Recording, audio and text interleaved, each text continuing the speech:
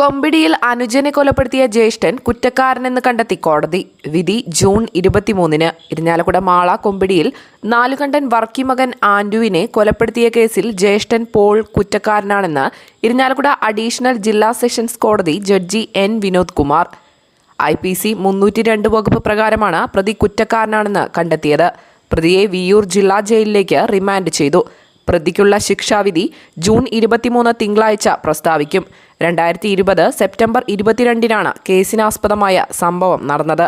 പലപ്പോഴായി ഇരുവരും തമ്മിലുണ്ടായ വഴക്കിനെ തുടർന്നുള്ള വൈരാഗ്യത്താലും ആൻഡുവിൻ്റെ വീടിൻ്റെ തെക്കുഭാഗത്തുള്ള ഭാഗം വയ്ക്കാത്ത പറമ്പിൽ പ്രതി വാഴക്കുഴി ഉണ്ടാക്കിയത് ആൻഡു ഭാഗികമായി മണ്ണിട്ട് മൂടിയതിനു ശേഷം ബാക്കി മണ്ണിനെ ചൊല്ലിയുള്ള വാക്ക് തർക്കത്തിലുള്ള വൈരാഗ്യത്താലും പ്രതി സഹോദരനായ ആൻഡുവിനെ ഇരുമ്പുവടി കൊണ്ടടിച്ച് കൊലപ്പെടുത്തുകയായിരുന്നു.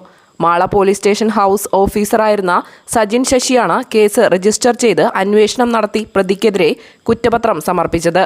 പ്രോസിക്യൂഷൻ ഭാഗത്തു നിന്നും 30 സാക്ഷികളെ വിസ്തരിക്കുകയും 19 തൊണ്ടിമുതലുകളും 53 രേഖകളും ഹാജരാക്കി തെളിവ് നൽകിയിരുന്നു. പ്രതിഭാഗത്തു നിന്നും ഒരു രേഖയും ഒരു സാക്ഷിയെയും തെളിവായി നൽകിയിരുന്നു.